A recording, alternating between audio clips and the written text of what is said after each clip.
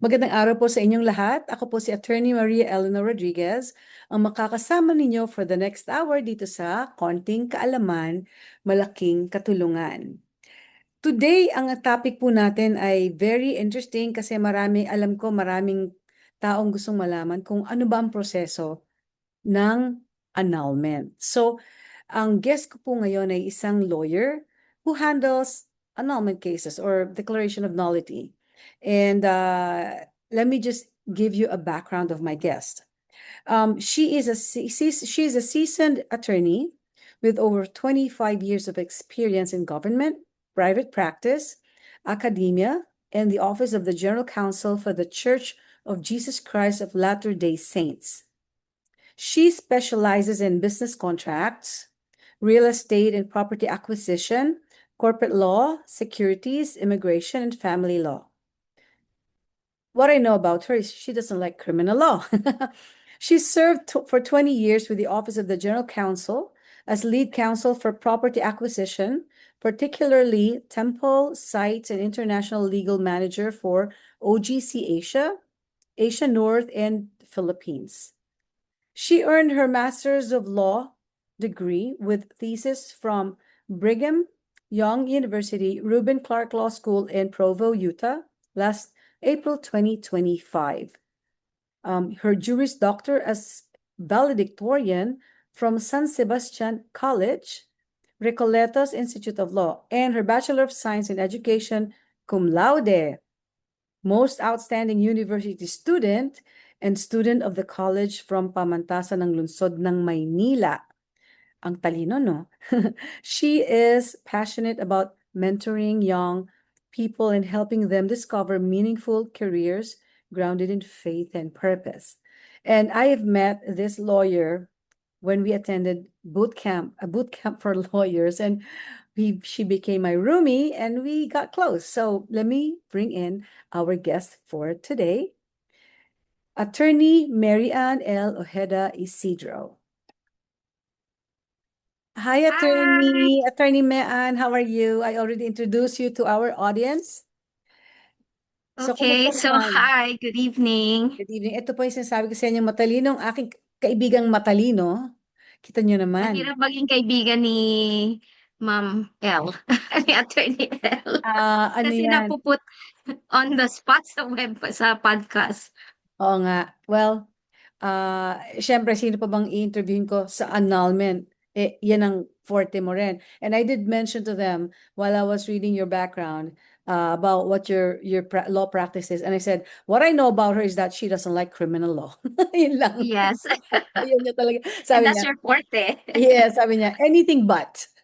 So okay, Anything. let's start. I told them we'll be discussing annulment, 'di ba? Ngayon, itong annulment, maraming interesado and hindi nila alam ng proseso. Maraming ako naririnig sabihin nila na, o magpapanal kami, magkasundo na kami, nag-usap na kami, yung mga ganon. So, umpisahan natin.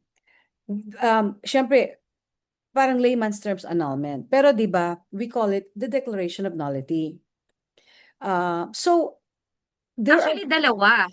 Oh, yun na nga. Dalawa yon. So dalawa yon. So let's do the declaration of nullity first. Ano ba ang declaration of nullity? Paki-explain nga, Attorney Ojeda Isidro. Ayan. So, kumbaga, yung mga tao, when they refer to annulment, they only mean the termination of marriage, right? And there are three ways, or actually two ways to terminate the marriage with the same effect. Yung una, yung declaration of absolute nullity of marriage, petition for absolute nullity of marriage, and yung tinatawag na annulment. Mhm. So magkaiba yung dalawang yun, but the effect is the same. So, nagiging magkaiba lang siya pagdating sa grounds. Yeah. Pag sinabing absolute nullity, ibig sabihin, from the very beginning, hindi na nire-recognize ng batas na nagkaroon ng Kasal. kasal Yeah. or the marriage was not existing from the very beginning. So, it is void ab initio. Yun. So, from the initial stage, it is already void. So So, anong yung tawag mga dyan? Anong tawag dyan?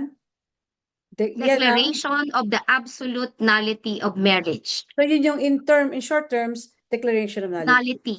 Okay. So, Yes, dyan muna oo. tayo para hindi sila malito. Dyan muna tayo. What are the grounds for the declaration of nullity? So merong grounds, actually maraming grounds for the nullity of marriage. Pero ang pinaka-common, yung Hmm. nasa Article 35 of the Family Code at saka yung Article 36.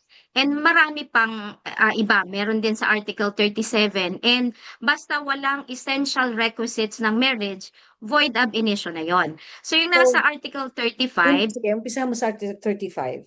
oo. So, sa Article 35, yung underage, ibig sabihin, wala pang 18.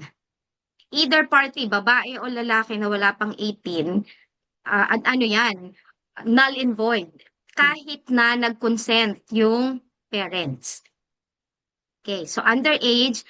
Tapos yung pangalawa, walang authority yung solemnizing officer. Ibig sabihin, yung nagkasal ay walang, hindi siya otorisado na magkasal. Mhm. Although, unless pala, yung parties ay, they believe that the solemnizing officer has the authority to do so. Diba? So, bago tayo Yung umandar, attorney, para alam nila, sino in the Philippines, sino ba ang authorized magkasal?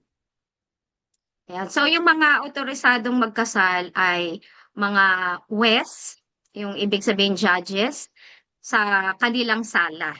Ano yan? RTC Yung judge, MTC judge, any Court of judge, Appeals, any. So, basta dun sa sala nila.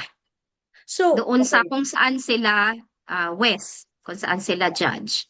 Okay. O sige, okay. And then, at saka syempre meron silang authority to solemnize marriage, no? And any priest, rabbi, or any solemnizing officer dun sa kanilang kinikilalang mga simbahan. Paano kung hindi ka sa Ah, ba, simbahan mo? Halimbawa, ako Catholic, nagpakasal ako sa, ano pa ba yung meron iba? Catholic lang alam eh. tapos yung pangatlo, of course, yung mga mayors, meron silang authority din to solemnize marriage. So, pwede ba ako, magpapaka-Catholic ako, pwede ba ako magpakasal sa Iglesia ni Cristo? Ang iglesia ba Kung may sarili? papayag ka, dapat kasi ang para magkaroon ng authority yung minister ng Iglesia ni Cristo, one of the parties must be a member of that sect. Okay. Para at least alam nila, di ba? Okay. Okay. So, next. Ay, so Pansinin yung nyo, next no? na Pansinin nyo ako nagre-relax diyan kasi sabi ko, kayo nang bahala dyan.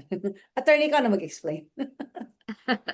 yung pangatlo na grounds para sa absolute nullity of marriage, yung walang marriage license nung nagpakasal. Unless, nagsasama na sila for 5 taon na walang kasal at wala naman sila mga previous marriages.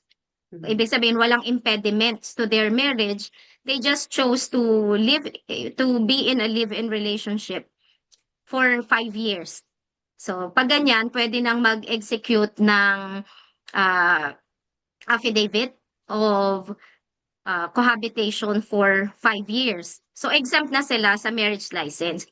Pero kung hindi ganyan ang senaryo, halimbawa, 3 taon pa lang mag-boyfriend-girlfriend, tapos hindi nagpakasal ng walang marriage license, lalo na yung mga fixer-fixer. Di ba? Oo. Maraming ganyan. I was gonna ask you kasi wala namang magkakasal sa kanila nang wala silang license. Unless fake. Yun yung sinasabi ni Yes, Sir. oo. Okay. Kumbaga, pinalabas na lang. Mostly ang cases na mga na-handle ko is pinalabas na lang na kunyari 5 years na kayong Nagsasama. nagko-cohabitate. Oo, Yan. oo. Oo, tapos nag-execute ng affidavit. So, na-exempt, i-chinek dun sa likod nung application sa marriage certificate. May ganun eh. Na 5 years na na. iche-check Yeah. mo na cohabitation for ano, for Yeah. 5 years. Okay. Oo. So So next, yung pang-apat na nag-ground sa under Article 35 of the Family Code, syempre yung mga bigamous or polygamous marriages. So kung dati ka nang kasal, tapos magpapakasal ka ulit, that's bigamous marriage and it's void to start with. the second Kailangan marriage. manalify muna. Oo, manalify muna yung previous marriage mo or marriages mo kasi may Okay. mga polygamous marriages. So ngayon papasok yung criminal law. Subukan nyo, makakasuhan kayo. Kasi under criminal law, ang bigamy is a crime, di ba? Yes, oo, oo. Okay, so So wag kayo ito, ang tina-target mo lang dito is you are nullifying your current marriage due to the existence of another marriage. So, bigamous or prior. Ibig sabihin, kayong dalawa nakasal, yung palang isa sa inyo dati ng kasal na hindi pa na-terminate or hindi pa nagfa-file ng declaration of absolute nullity of marriage or annulment Mm-mm. in either case. Mhm. Okay. Ayan. So, yun yung ano, tapos yung mistake in one of the contracting parties. Teka, mistake. Halimbawa, kambal sila, pinakasalan mo yung isang kambal. Hindi, joke. Yes, pero ang intent mo talaga ay Yung pakasalan isa. yung isa. Oo. So may Pero mistake. ano bang mistake? Like, ano yung mistake na nakikita mo na medyo madaming case na ganon? Ano pang case? Kasi, aside from mistaken identity, ano pa na pwedeng mistake? Yung ground kasi sa nullity of marriage is mistake of one of the contracting parties' identity. So, yun So lang yun kung talaga. identity lang Lang talaga. talaga. Halimbawa, ang mistake ay akala mo mayaman siya, hindi naman Hindi. pala, hindi. Hindi, So di ba hindi na? siya ground for Paano kung, nullity. Oo. attorney, paano kung, ay, akala ko pogi. Ay hindi rin. Yung Wala identity lang talaga, oo. talaga na So, oo, okay, yun. eto, kasi pag nangyari sa ganyan, yung sinabi kong kambal, yun yung pwede, di ba? Pero, isip ko na isang sitwasyon. Halimbawa, ito siguro pwede to. Halimbawa, kaano mo, video chat mo, naging boyfriend mo, di ba? Tapos, umuwi. Ang umuwi, akala mo yun yung ka-video chat mo, hindi pala. Tapos pinakasalan mo yun, mga ganon, di ba? Pwede yun. Kasi Ah, akala mo siya yung boyfriend mo. kung basta yung identity Basta niya mistake iba yung yung identity. sa ini-imagine mong karelasyon mo. Oo, hindi siya yung tao talaga. Hindi dahil hindi ito itsura nung, Oo, hindi ito yung oo. tao. Okay. Okay, So wala sige. sa race, wala sa status in life, Oo. In Tagalog, kung sino walang talaga at yung ano. gusto mo, hindi pala yun. Oo. Right? Yun, yung Parang yung mga Tagalog. nakikita ko sa movie, 'di ba minsan pag nagpapakasal, nakatakip muna. Yung babae. O nakatakip muna yung babae tapos pag ganun mo saka lang makikita yung mukha. Kasal na. Yun, oo, kasal na. Grabe. And in fact, yung mga gano'n, yung halimbawa sa mga pelikula, kinasal kayo, it's void ab initio. Halimbawa, narehistro yun. It's void ab initio kasi ang tawag doon, marriage in jest. Wala kang, ano, parang laro-laro lang. Wala Seryoso. kang Oo. intent to be married to a person. Pero, nakasal kayo sa, ano, sa papel. Sa papel. Okay.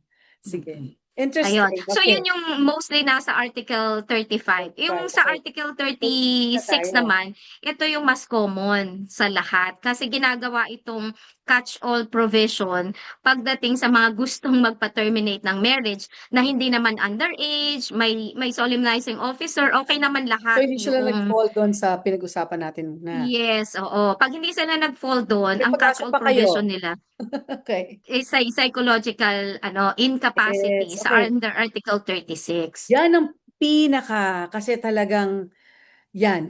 Ganun eh. Yan talaga. Okay. Ano ba ang Dito lahat halos ng siguro mga nagpo-fall? 98% Oo. nagfo-fall talaga sa Article 36 yung And ground. ngayon, di ba bago na, hindi mo na kailangan ng psychiatrist or psychologist report in order to file this, di ba? Hindi na necessary. Hindi na requirement, right?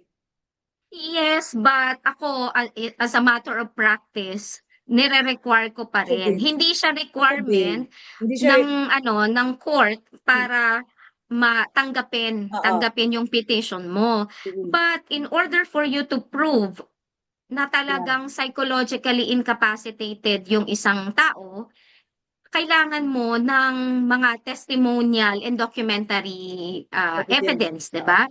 Kasi as a whole yung pinag-uusapan na ano na pagdating sa psychological incapacity or yung personality makeup, kailangan mong patunayan na grave yun or matindi, incurable, and it has historical antecedents. Ibig Oo. sabihin, Before pa nagsimula kinasal, pa 'di ba? siya o even Oo. prior to the marriage, Okay. pero yung physical manifestation only happens during the marriage. Mm. Pero sinong witness yung makakapag-prove niyan, 'di ba? So kapag wala ka ng ibang ah, mai-present, halimbawa, kumbaga, ang 'pag sinabi kasing psychological incapacity, the person is unable, hindi ayaw lang or failure lang. Hindi failure, hindi rin Hindi ayaw, talaga but niya kaya. he is unable, Oo. yes, he is Hindi talaga kaya. unable to perform the marital obligations of marriage. So ano ba yung mga marital obligations of marriage? To live together. Eh ayaw ngang hindi niya kaya to na tumira given the particular spouse. Lagi siyang bumabalik dun sa nanay niya or kung nag-a-abroad siya, kung saan-saan, para lang makaiwas dun sa to live together, 'di ba? Then to procreate, ayaw niyang magkaanak o mag-sexual relationship with the spouse niya. Or to be loyal, yung fidelity na tinatawag. Eh, ang dami ng third party, 'di ba?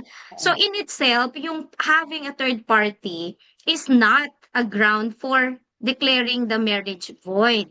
But if you can present that this particular actuations or personality, yung mga ginagawa niya is a manifestation of his psychological makeup, then that's psychological incapacity. So sino yung kukunin mong para mag-testify, para magkaroon ka ng testimonial evidence or documentary evidence nung, 'di ba, nung mga nire-require ng batas. Clinical psychologist is the best person Yeah, kasi expert siya expert exactly. witness. Saka remember this, you don't know what is psychological incapacity. And with all due respect to the judges, they have experience doing these things, right? But they still are not psychologists, di ba? Hindi pa rin yung mga judge. Kahit sabi mo expert na sila sa ginagawa nila, hindi pa rin sila psychologists. So ngayon, at least ang maganda lang dyan, Attorney Mean, may option sila. Kasi mahal din naman kung halimbawa, kukuha ka ng psychiatrist, di ba? Mahal na. So yung iba, parang gusto magtipid, okay, hindi ka naman pipilitin. Pero you run the risk of hindi mo mapatunayan na psychological incapacitated yung partner mo. But kaya nga mas maganda na meron. Tapos minsan kasi it's sometimes it's hard to get documentary evidence or even testimonial, 'di ba? Pero yun yung pinaka makukuha mo eh. Testimonial evidence of people who observed both of you, who observed your spouse, 'di ba? Kung wala kang psychiatrist, ganon. Tapos yung sinasabi ni Attorney Mean, 'di ba, yung hindi mo kayang maging asawa. Yung example niya, Hindi mo kayang ma-perform yung mga marital pagiging asawa mo, obligations oo. of marriage, 'di ba? Oo. Yung respect, mutual love, and Yeah. fidelity So, dun ito, sa partner mo. sa sinabi niya, di ba, nagbigay siya specifics. But, wag niyo isipin na yun lang. Yung sinabi niya, mutual respect. Yon, ang daming manifestation nun. Okay? Yung marami yon. So, psychiatrist ngayon na makakasabi sa inyo, yun na, ito magpo-fall sa ganon.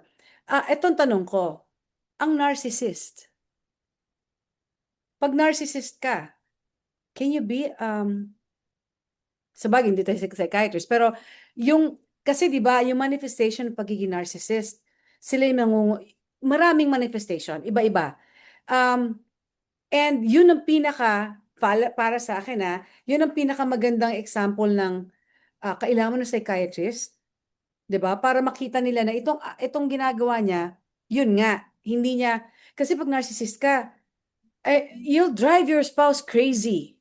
hindi na to ano, hindi na to marriage. Kasi kinokontrol mo yung asawa mo, itong gusto mong, ano, di ba ang daming manifestation na hindi mo alam, akala mo, may sayad lang yung asawa ko, sira ulo lang yan, ganun. Hindi mo alam na pag Oo. psychiatrist na kausap mo, yun na yun, di ba? So, Oo. So, di pagdating ba? kasi pag sinabing psychological incapacity, this is not a mental illness. Hindi rin yan, ano, hindi rin yan personality disorder. Yun yung nabago ngayon sa batas.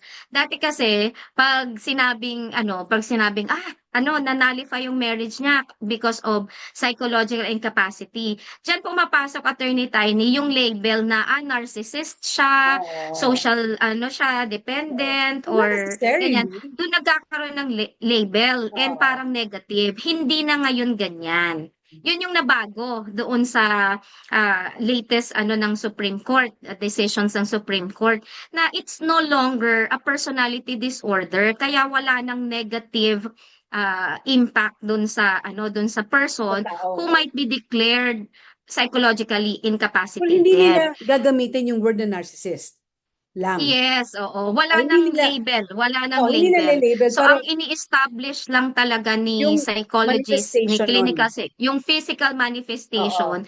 And yun nga, kailangan niya kasi mapatunayan na may historical antecedents, na nung Oo. bata pa, that's how he was raised or she was raised.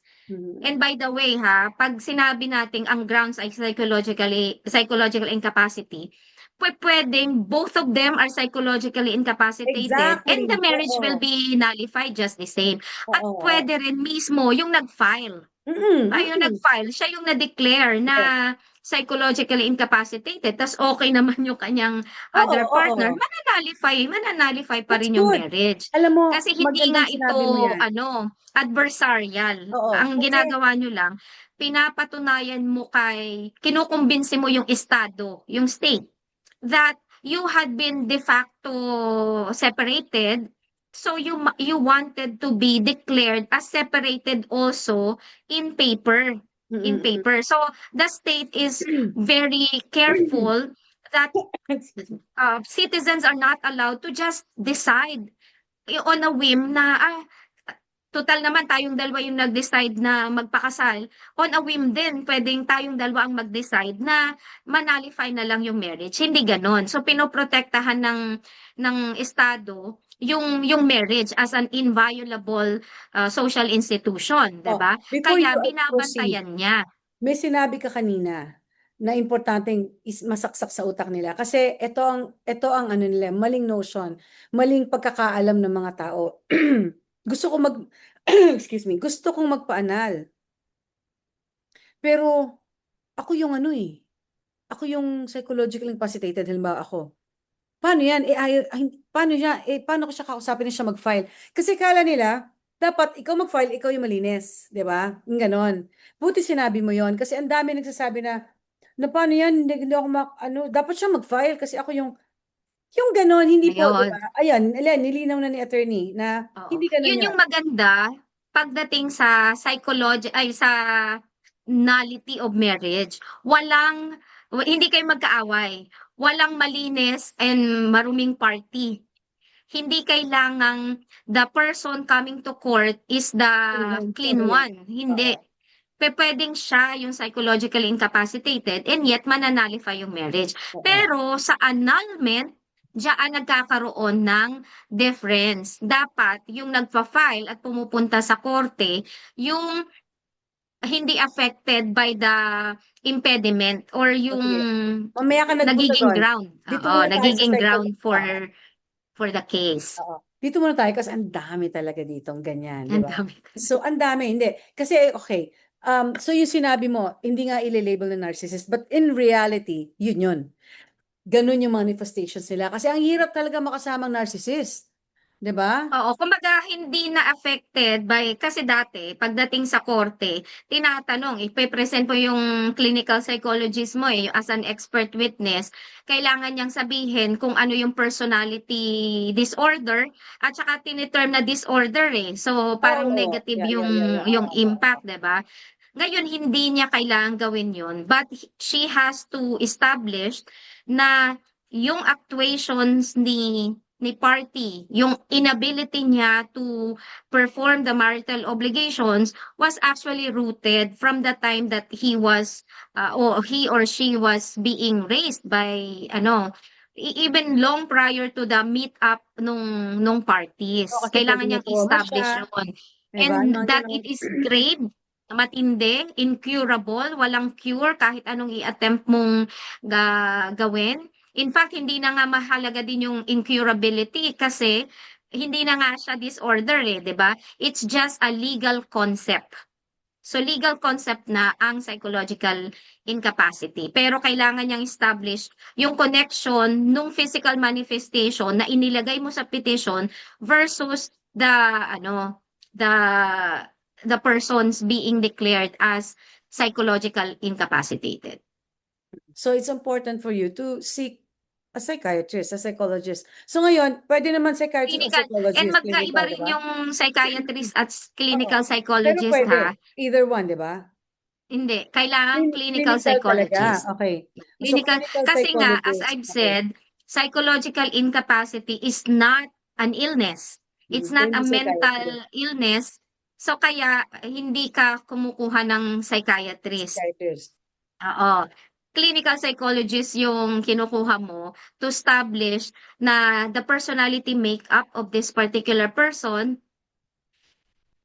cause the manifestation and causes the downfall of the marriage. Mhm. So, but given ang kaibahan, pag sinabi kasing mental incapacity, affected siya sa relationship niya with everyone. Sa pag psychological incapacity, only to this particular spouse. Oo. Oo So, nga, walang kinalaman yung sa ibang tao. relationship niya sa children at Oo. sa ibang tao. Mhm. And in fact, kaya siya allowed to remarry.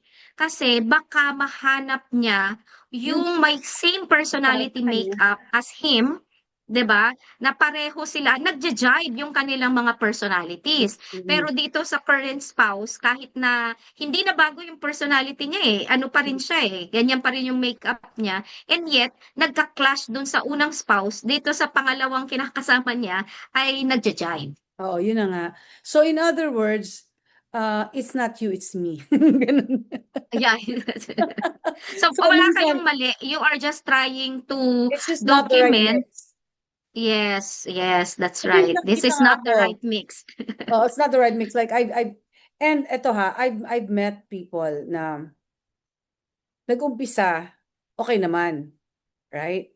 Pero hindi naman kasi, minsan yung manifestation lalabas eventually, right? Yes, Hindi yes. naman kailangan porque ito na nag-manifest na dapat agad. So ngayon, sometimes, I don't know, there are people I've seen, they trigger each other.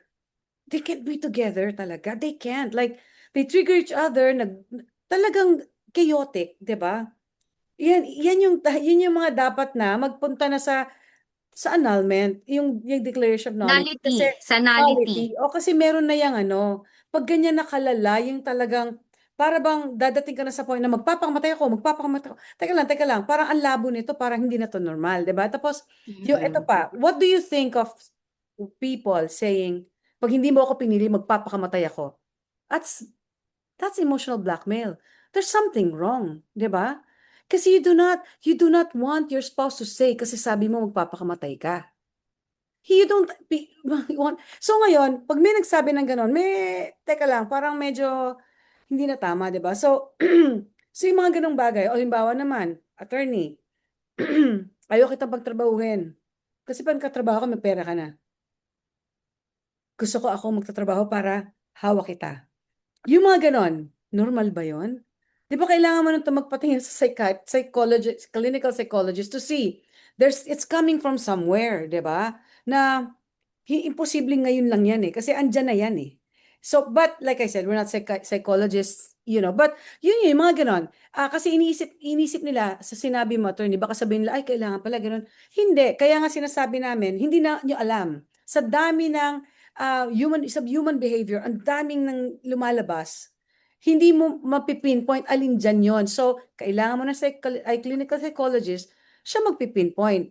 So, Oo, ganito, magpipin na kayo. iklaro ko ha, iklaro ko. If you wanted treatment for a particular behavior ng tao, ang pupuntahan mo, Psychiatrist. psychiatrist. Yeah, oo, oo. If you want treatment, 'di ba? If you Hindi, want kung gusto treatment. nila lang na malaman kung pwede bang declaration of nullity, pwede ba itong psychological, the clinical Hindi, psychologist.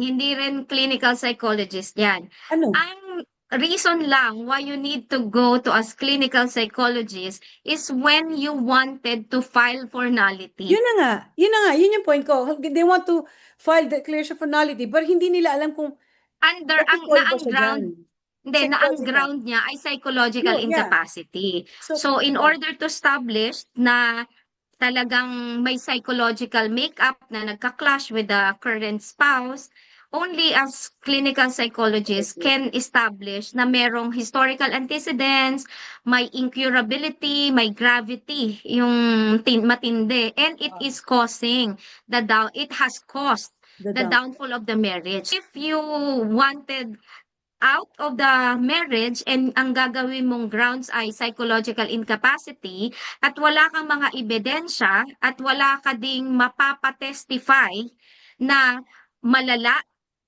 yung 'di ba, grave, incurable and may historical antecedents, wala kang maiuupo sa witness stand. You go to a clinical psychologist to prepare the psychological report Oo. nung marriage. Okay, so napunta naman tayo dun sa report. Minsan, since ano na kayo, nung asawa mo, hindi na kayo okay. Alam mo, naghiwalay na, di ba? Naghiwalay na. Pero hindi pa kayo Kailangan maghiwalay na kasi para makapag-file ka ng nullity.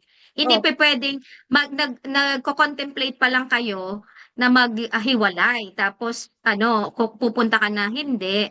i-compare ko lang sa Canada. We have what we call is separation in bed and board. Separation in bed. Ibig sabihin, magkasama kayo sa bahay economically kasi it's hard. Life is hard, right? So, you live in the same house but you're no longer husband and wife. You're just staying because una-una bahay nyo to, right? Hindi nyo pa kaya maghiwalay talaga ng ganon. Though you can file for divorce, you just have to testify, allege that you haven't been husband and wife for a year, right? So ngayon, ang tanong dito, para alam din nila, para mag-file ka ng declaration of nullity of marriage, kailangan hiwalay ka na sa bahay. Yun Hiwalay yun. na talaga kayo. Hiwalay na talaga kayo bilang mag-asawa at hindi niyo ginagamit yung korte para gamiting panakot. Hiwalayan na kita, magfa-file na ako ng Ay, hindi, hindi. nullity. Hindi gano'n, Hindi, hindi may gano'n. mga tao kasi, yun ang tanong ko eh. Parang mali naman ata, di ba? Parang mas gusto ko yung sa Canada because sometimes, economically, hindi mo kaya talaga. So, ang mangyayari dito, and this is like, siguro sa mga legislator, isipin nyo to, kayong gagawa ng batas eh. Hindi naman sila mayaman. Gusto na nila gusto nila mag-file ng declaration of nullity. Pero hindi pa nila kaya maghiwalay ng bahay. Pero hindi na sila. It happens. It's happened to me, right? I was with my husband, pero hindi na kami talaga. Talagang wala na. Imagine that. In that scenario, and you're saying that you cannot file a declaration of nullity because you're living in one house, even though, in fact, you are no longer husband and wife for all intents and purposes. Meaning, you don't have sex, you really have no commitment, and wala na, you've already, nagkasundo na kayo na, no, we're done, right? Bahala ako sa buhay Ang ko. magiging problem kasi oo. Ang Paano magiging yun? problem if that is the situation na parang physically hindi naman talaga kayo Wala na talaga. hiwalay, yung ano lang, yung mental state lang ninyo yung magkahiwalay, 'di ba? Una, may tinatawag tayo dito sa Philippines na para mag-proceed ang nullity of marriage, yung collusion. Dapat Yeah, oh walang yeah. collusion between the parties. Mayroong tinatawag na collusion hearing, 'di ba? Yeah, yeah, yeah. Ito pa yung medyo magiging problema. 'Pag nag-file ka ng petition, halimbawa ako yung nag-file ng petition, personally ide-deliver ang summons to the other party. So doon sa naghihiwalay 'to, nagnanalify 'to pero magkasama ng bahay. Di malaking ano na kaagad, 'di ba? Malaking Question mark. Oo. question. So ipapa-receive niya yung summons personally. Magkasama sila. So pwedeng i-approach nung ano, "Oh, bakit ganito yung mga nilagay mo sa ano, sa petition, hindi naman ako ganyan, gararara." Kasi ang isang taong psychologically incapacitated, some of them, like nabanggit mo na yung narcissist, hindi nila kayang ma-accept na yan yung kanyang personality, 'di Mm. ba? Mm. So kapag nakita nila doon sa petition, kasi i-outline mo lahat ng mga physical manifestations, eh, yung Mm. lahat ng kwento. Oo. So, baka ano yan, Magwala. magkagera. They have to really live. They have to really relive. Ang mangyayari niyan kapag nag-file sila ng nullity, iko-contest yan ni Solicitor General. Sasabihin ng solicitor, this is not a genuine Hindi sila genuine ground. maniniwala. Hindi sila maniniwala Oo. gano'n ang nangyayari, kahit gano'n ang nangyayari. Hindi, talagang i-strike down niya ni Solicitor General na this is not a genuine psychological incapacity claim. Yung tinatawag na collusion. 'Di ba? Bawal kasi yung collusion eh the fiscal will declare na these two persons are not really strange from each other because they are in the same house. House. They can manipulate and they can manipulate each other. And in fact, ang pinag-uusapan mo sa psychological incapacity is yung inner actuations, 'di ba? Baka din mag-lead pa ito for safety and asset protection, hindi yan pinapayagan ng batas that you are not actually separated. So as I've said, filing for an absolute nullity of marriage, it's not in order to force someone to ano 'to, you are only trying to Maghiwalay convince muna the kayo, in other state. words. Yes, Oo. because you are only trying to convince the state that, hey, state, we are already de facto separated. So, pakita We mo 'yon. wanted that, the separation in paper. In paper. So, you are trying to convince na nag-downfall na. Kapag magkasama pa kayo, baka hindi genuine yung downfall ng marriage na In short, kiniklaim nyo. pagdududahan ka ng court. Yes, oo. Okay. Hindi lang pagdududahan, it's a ground for the dismissal nung Kaya nga, case. magdududa sila na hindi totoo yung sinasabi mo, 'di ba? Yes, Hindi pa oo. talaga kayo hiwalay. So, dapat Oo, talaga, kasi nga, as oh, I've said, psychological incapacity has to be grave, incurable. Kahit anong try din niyo, 'di ba, incurable and must have historical antecedents. So kung na kayo, hindi niyo talaga kaya to be in maghiwalay to na. be in a relationship, whether it is just platonic relationship after 'di ba, dahil wala na physically hindi na kayo, wala ng procreation na tinatawag, still you are in the same household. Meron kasi tayong tinatawag sa Philippines na separation from bed and board, which Yeah, is oo. legal separation, 'di ba? Mm. So baka kung gusto mong mag-file ng legal separation, baka maging condonation, 'di ba? Pag may nag-exist na problem, for example, may fraud o kaya may ah, sexually transmitted disease or lesbianism and all that, kung you still are together, na-condone mo na yon. Ibig sabihin, hindi mo na yan magiging ground kapag nag-file ka ng Kasi annulment kasi or legal pinatawad niyo, separation. okey, para maintindihan niyo yung condone, pinatawad niyo na. Yes, So, after knowing, oo, oo. after So, 'pag knowing the nagpatawad grounds. na, sorry ka. So, eto lang, so eto yung take away ko as a layman, halimbawa ako 'no. Take away ko sa sinabi ni attorney, gusto ko makipaghiwalay at ang gagawin kong ground yung ginawa mo, hindi kita patatawarin. Hindi kita iko-condone kasi 'pag tinolerate ko, hindi 'yun magiging ground. Pangalawa, gusto mo mag-file ng declaration of nullity, risky kung hindi ka aalis sa bahay, kung magkasama pa kayo dahil iisipin ng court, nagkakasundo kayo, Collusion. nagkukulod kayo. Yung kulod, ibig sabihin nagkakasundo kayo na parang niloloko niyo yung court, 'di ba? So, bawal 'yon. So, in short, so yung mga nanonood diyan, if you want to file a declaration of nullity, get yourself out of that house, hiwalay na kayo talaga. And ito yung lagi ko sinasabi, do not blur the lines. Kasi once you blur the lines, hindi nga malinaw, di ba? What I mean by blurring the lines is, parang sinabi ni attorney, kinokondone mo na. So akala ng asawa mo, okay na. Di ba? Kasi kinokondone mo, tapos yun pala, ikaw na, naghihimutok ka pa rin, gusto mo pa rin.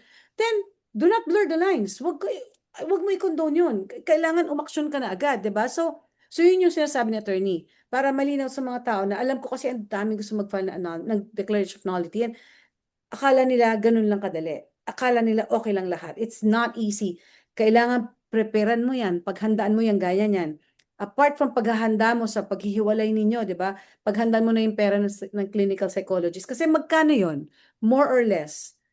Magkano na ngayon yung mga 25,000. 25 at least, that's the minimum. Okay, so yon. So 25,000. So at least alam nyo na, mag-set aside na kayo. Kasi kahit ako kahit sabihin na hindi requirement, para sa akin, sino makakapagsabi na ganun nga? Wala kang witness eh. Wala Wala, Diba? hindi ma-establish Hindi kung mo yun lang yung ma-establish. ground mo. Pero kung halimbawa Oo. dati ng attorney kasi may asawa na, oh, pwede na nating i-attach yun. Pwede nang wala ng psychological incapacity kasi, 'di ba? Na-establish mo na infidel itong Oo. person kasi may kinakasama ng Tapos may iba anak may pa. family ng iba. So meron kang ibang ebidensya Mm. para patunayan yung psychological incapacity niya, yung inability to perform the marital obligations of marriage. Meron ng kasi ang korte, pinagbabasihan yung totality of evidence. Mm. Totality of evidence. Kaya sinasabi na you can dispense with psychological Kung may ibang, report, assessment report, kung may iba kang evidence. testimonial and documentary evidence to prove your case na dapat severe personality makeup Mm. na nagka-clash yung marriage and may historical antecedents. Laging yun ang So, kailangang goes back to before the marriage. patunayan. Kasi yung lahat ng mga ginagawa nung tao, hindi siya in itself ground.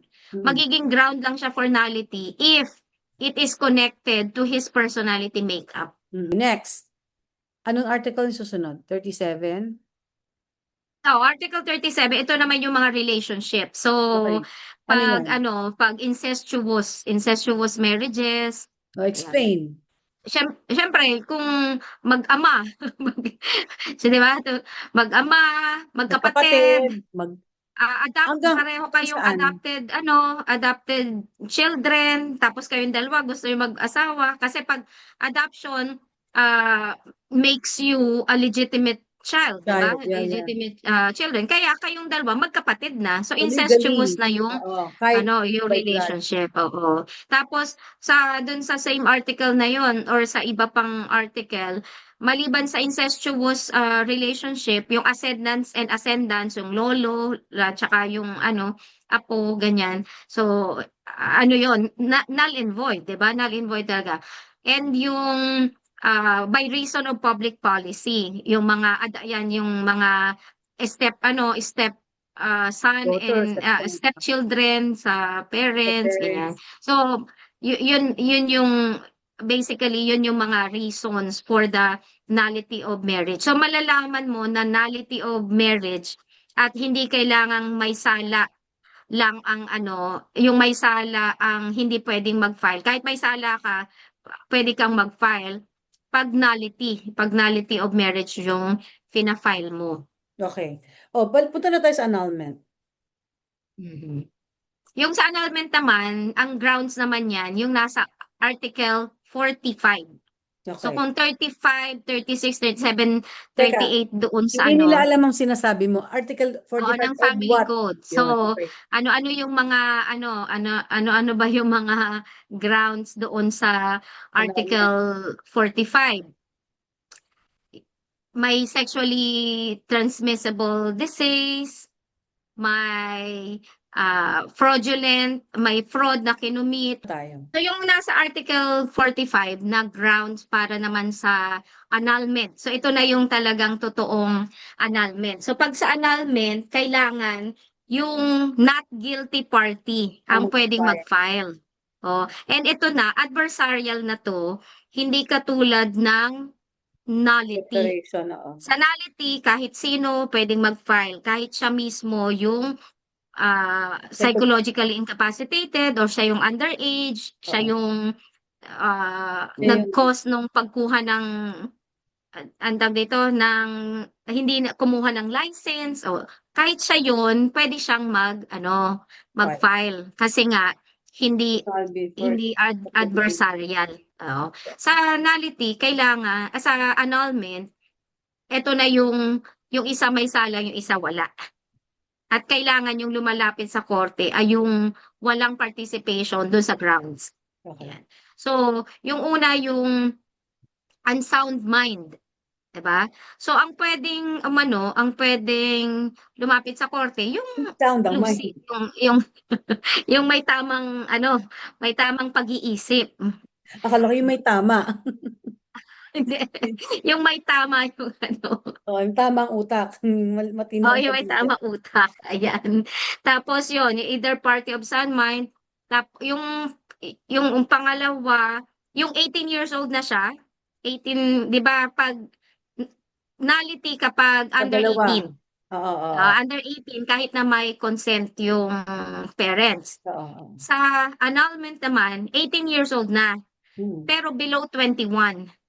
So, hindi pa nagti-21 at nagpakasal ng walang consent Ng parents. ng parents. Oo. So, voidable yan. Ibig sabihin, annullable. Meaning, Pwedeng, valid until annulled. Ganon. yes, valid until annulled. Yan. So, yung isa void from the very beginning, 'di ba? Walang existence ng marriage, Oo. yung nullity. Ito, may marriage, pero nagkaroon ng grounds after. Oo. Doon yung So, yung pangatlo, yung sexually, I think, hindi, na-obtain yung consent, na-obtain yung consent ng other party to the marriage by fraud. Fraudulent Kumbaga means. Ano? niloko o kaya yung mga pinilit, yung sabi mo, yung tinutukan ng barel para Oo. lang magpakasal. O Oo. kaya magpapakamatay ako kapag Pag hindi mo hindi ka pinakasalan. nagpakasal sa akin. Ayan, mga ganon. So, yon yung na-obtain yung consent through fraud. Tapos yung no, hindi naman impotent. Pero no, the marriage was not consummated. Yung no consummation of marriage kasi physically hindi niya Short, masyado mabait ito. Hindi kayo nag-sex. Ganon. puwedeng gano'n, puwedeng hindi kayo nag-sex dahil ayaw, 'di ba? Yung triennial cohabitation, 'di ba, sa law school natin may pinag-aralan tayo na case na 3 years na silang kasal pero Wala kami virgin pa rin nangyayari.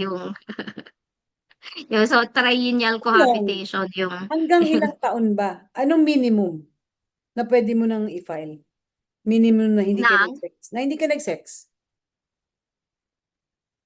May minimum ba? basta mapapalabas mo na no Hindi na consummation wala of nga maipalabas. marriage, ha? Baka ikat ko to, hindi na ako magsasalita. Okay, okay. Para hindi ko na ikakat. Ano sabi mo? Ano yan, ano yan? No no consummation of marriage. So, kailangan ma-establish na hindi na-consummate Pero, yun ang tanong ko, yung may marriage. minimum bang amount of years or months na hindi na consummate? O wala? Yung Kasi sa di ba, natin, sa current jurisprudence, yung hmm, 3 years. Yung 3 years 3 na. years. So, Oo. hihintayin mo pa ang 3 taon bago mo pero mo yung kawawa yung Kasi party na gusto. kasi baka naman, baka may mga ibang reasons lang kung bakit. Hmm? Siguro you can try pero ang natin is yung jurisprudence, eh. Ang lahat ng mga cases kasi natin ngayon decided based on the previous decision ng Supreme Court. And so far, yung Wala, pinaka wala sa ano, legislation. Wala sa legislation yung minimum. Nasa jurisprudence. Ganon. kasi Wala. when it comes to Kasi when you annulment of say marriage consummate, kasi, kasi sabi mo, di ba, consummation, di ba, hindi kayo nag-sex. Ang tanong ko, wala sa batas, wala sa law, kung ilang taon bago ka makapag-file based on that ground na hindi kayo nagsisex. Ang sabi mo, ngayon, sa jurisprudence, sa sabi ng Supreme Court, 3 years. Kasi yun yung case, di ba? Yun yung current. Pero Oo, ang case. Oo. basta mapapatunayan mo, halimbawa lang, ah nag-aano kayo, kung no consummation, I mean, hindi talaga nag-attempt, Wala ang talaga. current jurisprudence natin, 3 years. Hindi hindi talaga nag-sexual, 'di ba, intercourse. Pero kung nagkaroon talaga ng sexual intercourse, but the person is physically incapable of consummating the marriage at napatunayan mo yan sa doktor, pwede na. Hindi mo kailangang maghintay ng 3 taon. Yung 3 taon, yung pagwalang attempt. At wala kang ebidensya na hindi niya kaya physically na ma-consummate yung marriage. Ang tagal, ano? Pero kung halimbawa after ilang months lang, nagpa-doktor, kasi hindi niya nagse-sexual kayo, intercourse, and yet hindi kayo nakakatapos, hindi ko alam. Tapos tapos pumunta sa doktor. Sinabi ng doktor ay talagang incurable at hindi siya Okay. makakapag-consummate ng marriage. Ano 'yun? So, ang Pwede tanong, nang mag-file. ang tanong ko, ito interesting. When you say consummation, does it mean you have to come? Yun yung consummation? Or hindi talaga nag-intersexual intercourse, as in hindi pumasok talaga? O, so alin ba? Alin ba dun sa dalawa? Hindi talaga nag-sex, as hindi walang pumasok, or hindi lang nag-come? Hindi kaya mag-come ng isa sa kanila? Or, Hindi hindi, legally, legally hindi speaking. basta Ano, di ba? Kasi ako, ang concept ko dati ng hindi mo na-consummate, hindi talaga pumasok. Wala talagang, wala talagang sexual 'yan. intercourse. Actually, 'yan yung ground. 'Yan talaga yung ground. Okay, Physically so wala incapable of talaga. consummating the marriage, So, oo. hindi talaga pumasok. Pero pag pumasok, pero wala lang talaga, hindi talaga sila ayoko na. Sige, move on. Moving on, So attorney. so 'yun, 'pag yung, wala talagang attempt dahil ayaw niya, three virgin pa years. siya, 3 years yung ating jurisprudence. Yung last, of course, yung sexually transmissible disease that appears to be serious, yan. Okay, So, so nakita mo, bago ko mm, makalimutan, sa lahat ng declaration of nullity and annulment of marriage, I have like 3 questions. First, what is the effect on the children? Their legitimacy, they want to know that, right? Second, when it comes to these proceedings, do they include halimbawa may anak na maliit, custody, merong assets, yung separation of the assets, or dealing with the assets, kasama yan, 'di ba, sa annulment? hindi. They will deal with that. Okay. Pag sinabing petition for declaration of nullity of marriage, ang tina-target mo lang is the marriage. The marriage. Mm. Wala nang iba. Pero yung Yung property relations, hindi yan pinag-uusapan. Because it can be dealt with out of court. separately. You can address it out of court unless talagang nagbabangayan kayo when it comes to the hatian. So pag ganyan, ang approach ng lawyer ay petition for declaration nullity of marriage with complete separation of property. So pwede. Kasi pag Pwede mo pag pagsamahin. sinasabi natin na property relations, ang properties mo at the moment of marriage, kalahati na agad sa bawat spouses, regardless kung sino yung nagdala nun into the marriage, 'di ba? Kung wala kayong prenuptial agreement, Mm-mm. automatic half and half na 'yan. So hindi niyo na kailangang pagdebatehan sa korte yung yung fact na 'yon. Physically na lang, agreehan ninyo yung kalahati. Mag-a-agree kayo na ito. Kasi pero kung hindi pumapayag yung isa at ini-stress niya na hindi, ako yung akin yan nung dalaga pa ako or binata pa ako. So, akin din yan when I get out of the marriage. So, yan, pwedeng debatable na, di ba? Mm. Kasi nawala na yung portion mo na one half ka. Mm. Pwede mong dalhin sa Tama. korte. Kaya magiging petition for nullity of marriage with separation of property. Yan. Ngayon, kung may children naman, just the same, kahit na magkahiwalay kayo, the custody ng children ay, at parental authority over the children, minor children, sa inyong dalawa. Mm. Pero kung nagkakaroon kayo ng gusto mong masolo lang, ilalagay mo ulit, petition for nullity of marriage with separation of property and custody of children. So anything na hindi nyo napagkakasunduan out of court other than the marriage itself, pwede nyong i-add Tama. on dun I-add sa on. case. Dun Add sa on. case. Kasi, oo, i-add on. Kasi nga, yung marriage, yung nullity of marriage and validity or invalidity of marriage, you cannot agree. You cannot agree on it out of court. But Mm. you can agree out of court yung property, yung children. Yan. Oh, pero ang tanong ko is, ano ang effect ng declaration of nullity? Ito marami nagtatanong, marami gusto malaman, sa legitimacy ng children. Oo. Actually, ako, ang stand ko talaga, and maraming wrong na advice kasama na yung binanggit mong law firm kanina. Sabi niya na ako ever since and I think all the jurisprudence na kahit na null and void yung marriage, the children born during the marriage is legitimate. Yeah, Legitimate. I agree with Hindi you. pwedeng, Oo, oo. oo, Totoo pero yun. yung binanggit mong law firm kanina, Mm. illegitimate daw. Wow, Illegitimate daw sila. Oo, oo. talaga? So, I don't think kaya so. I don't think so. papakita ko sa'yo. Oh. Sige, So sige. anyway, legitimate sila. Ah, If okay. born during the, During their ano, subsistence eh, di during ba? the, Oo. kasi kawawa naman yung mga, di ba, Yeah. yung mga bata na ano, I don't think the law would have contemplated on that effect, 'di ba? Hindi eh. correct, So, like I said, correct, you have oo. to look at the intent of the law, hindi lang yung ano, 'di ba? So, oh, ganun sila. Anyway, okay. So, ano ba ba? I think I've asked my On ano questions lang about ha, that. sorry. On the, if the grounds is psychological incapacity. Incapacity. Pero kung yung Article 35 yung nabanggit ko, are underage, lack of marriage license, and all that, illegitimate. Okay. Illegitimate. Kasi Kasi hindi alam nila yun nagka-succeed. eh. Oo, oo. Alam nila yun. Pero pag psychological incapacity, declaration of nullity, legitimate. Alam mo na, Legitimate pa rin yun. meron ako naalala, may Ana, a long time ago, once upon a time in law school.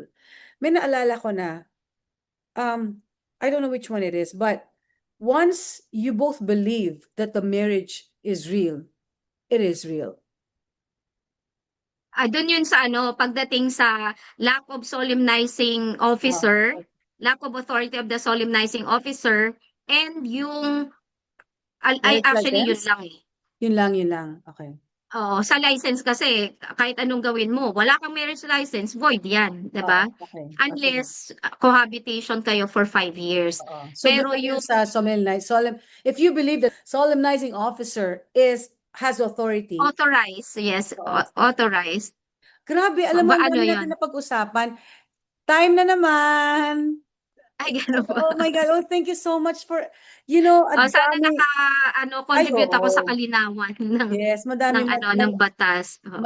maraming naliwanagan sa mga sinabi mo. So, that's good. Ang susunod, meron pa akong well, I have another podcast, right? It's called Let's Talk It Out with Elle, and I am um tapping someone to be my guest. Actually, magnanay kasi we will be talking about the question na dapat bang magsama ang mag-asawa kahit wala na silang ginawa kundi mag-away? Kung talagang wala na, para sa mga anak? In short, do you stay married because of your children? Is that sound? Is that right? 'Di ba? Yun ang pag-usapan namin sa Let's Talk It Out with Elle. So, abangan nyo din yon. Kasi hindi legal yon. So, dun tayo sa kabilang podcast ko. But dito sa konting kaalaman, malaking katulungan, puro mga we're trying to just talk about legal issues para makatulong tayo sa mga tao kasi maraming hindi nila kayang mag-consult sa lawyer, 'di ba? Or mag-iipon pa sila muna, hindi nila alam, kakayanin ko ba to? So, ayun pa pala isa, magkano ba usually ang annulment? Kasi it varies sa mga lawyers. Siyempre, kanya-kanya yan. Pero, ano ang range? Let's give them at least a minimum. A minimum na tingin mo na reasonable sa Maynila na lang muna tayo. Or does it even matter where if you're in the province or you're in Manila or across the board, pareho lang yan? Pag nagma-matter yung ano, yung Tanda. distance ng lawyer versus the court. Kasi 'di ba, Ah, kahit naman IBP may tariff eh. So mm-mm. may tariff yung Cebu, Iloilo, ganyan, may mga Iba-iba, tariff. Ibig okay. sabihin, ito yung mga ano naka-publish yan. Na kapag within Cebu lang 5,000, Mm, kapag other cities 10,000 yung appearances. So pag finactor mo yan sa total cost nung nullity, malaking factor na nandodoon lang sa Cebu yung kinuha mong lawyer. mm. Kasi nga 5,000 lang versus yung Pero kinuha hindi, mong lawyer nasa Manila, babayaran mo pa yung nalilipat, ano may niya, iba 'di ba? ba? Oo. Pero yung So there acceptance are fee, many costs.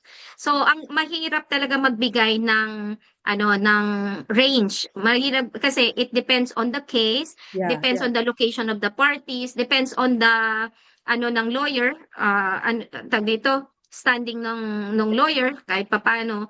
Iba kasi yung ako halimbawa hourly rate yung ano ko yung basis ko. So if I accept nullity cases, I will factor that in when I prepare pleadings, when I prepare the petition and appearances, yung hourly rate ko, how much, 'di ba? Yung ipa-factor mo yan lahat. And nasaan din yung the other party. So napaka-importante nito na kung nag-file ka sa Manila tapos yung ex-husband mo ay nasa Mindanao. Mm-mm. So remember, personal service of summons, yun yung regular, 'di ba? So Yeah, paano personal service of summons? May cost yeah. kahit na i-assign natin yan doon sa process server ng court near the party, Mm, babayaran mo pa rin yeah. yung process server na yon to make the report. Mm, Kaya nagiging mahal. mm, So in my case, as this is not my bread and butter pagdating sa pag-accept ng nullity of cases. So I am lucky that I have my corporate practice mm. and my corporation allows me to handle three nullity cases at a time.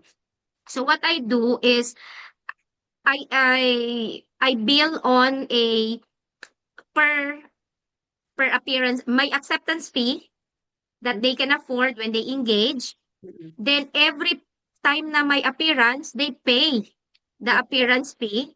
So hindi nila kailangang ibulto, 'di ba? Oo, oo. Then pag may pleading, they pay the pleading fee, they Mhm, pay all the cost in court mhm. and the final fee. So at the time nung last na hearing, babayaran na nila yung Balance. ah oo, yung balance. Okay. So that way napag-aanuhan nila, Tingnan. napaghahandaan nila. Oo. So sa many cases, many clients that I had, puro mga ano to OFW.